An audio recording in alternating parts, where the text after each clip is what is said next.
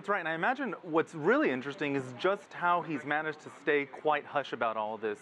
He, again, during the campaign, advertised that you don't declare ahead of time what you're going to do, and we didn't get this declaration from him either on Thursday evening. The reason there was some sort of hint that something would happen, as I was mentioning earlier, was because of the timeline of events. There they are in Mar-a-Lago. The Chinese left the dinner. Donald Trump was being briefed by his senior commanders, his defense Secretary General Mattis, his commanders who are really giving him his options there. And then we saw this strike. We're still about 2 hours away from sunrise in Damascus, of course. On Friday morning there, they'll be assessing what the damage was, what the effectiveness of all of this. But this was really a surprise hit, the type of thing that Donald Trump said he would do. He said, you don't tell people what you're going to do.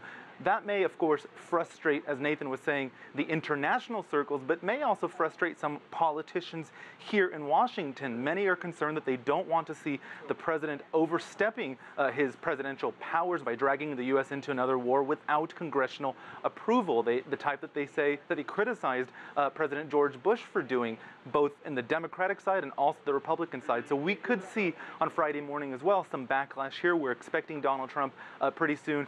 We imagine that he will talk about the effectiveness of why he decided to launch this sort of strike using these Tomahawk missiles and what the effectiveness of it. But really a remarkable turn of events here on Thursday evening. Mike?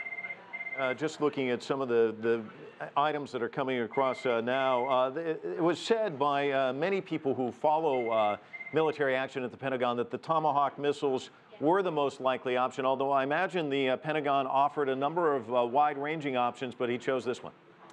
Yeah, you know, and there also could have been options of where they struck. You know, Tartus would have been one of the closest to the Mediterranean, but it is full of Russians. Latakia, a popular option because it is such a strong swelling of support for Bashar al-Assad because of the minority Alawites who were there. Again, that would have been an option. It seems the Sharat base, one of the bases used to launch air attacks, was struck perhaps to send a message. That may be what we're hearing here, that the U.S. wanted to send a message to the Syrians that unlike Barack Obama, who Donald Trump criticized for letting go of his red line of chemical weapons being used, Donald Trump would not be pushed like that. So that could be what we're seeing here, trying to send a message to Bashar Assad and perhaps even the Russians that Donald Trump means what he says.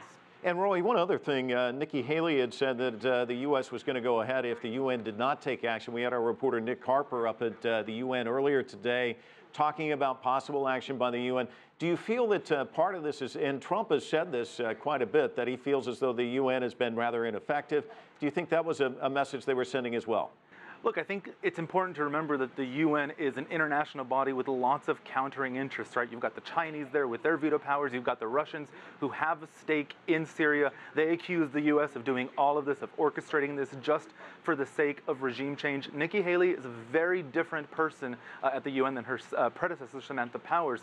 She has said on several issues that the U.S. is taking names, that it would go it alone if the international body was not willing to step up on issues, and this was one of them. She very dramatically held up pictures of young Syrian children gassed or victims of chemical weapons in Syria and said, you know, this is a game changer, and she urged the UN quite emotionally to do something about it. That was quite a remarkable moment at the UN. It sort of reminded me of these congressional testimonies with Colin Powell, where we had the alleged chemical attacks in Iraq several decades ago. It really brought me back to that moment. And I think it's interesting that the U.S. is basically saying, look, you're either with us or we're going alone, with us or without us. And I think that's the message. A lot of what we're seeing tonight is a message, Mike.